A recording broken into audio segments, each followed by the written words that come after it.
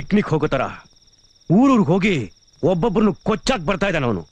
ಈಗ ನಮ್ಮನ್ನೇ ಏಯ್ ನಾಯಿಗಳ ಏನ್ರ ಕಿತ್ತಾಕ್ತಿದ್ದೀರಾ?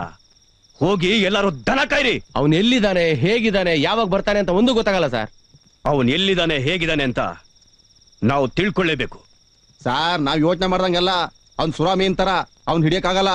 ಹಿಡಿಯಕ್ಕಾಗಲ್ವಾ? ಬಿಟ್ಬಿಡ ಹೇಳಿ ಸರ್, ಬಿಟ್ಬಿಡ ಹೇಳಿ ಸರ್. ಸರ್ ಇನ್ 24 ಗಂಟೆ ಒಳಗೆ ಇಂದ್ರ ನನಗೆ ಜೀವಂತವಾಗ್ಬೇಕು. ಇಲ್ಲ ಅಂದ್ರೆ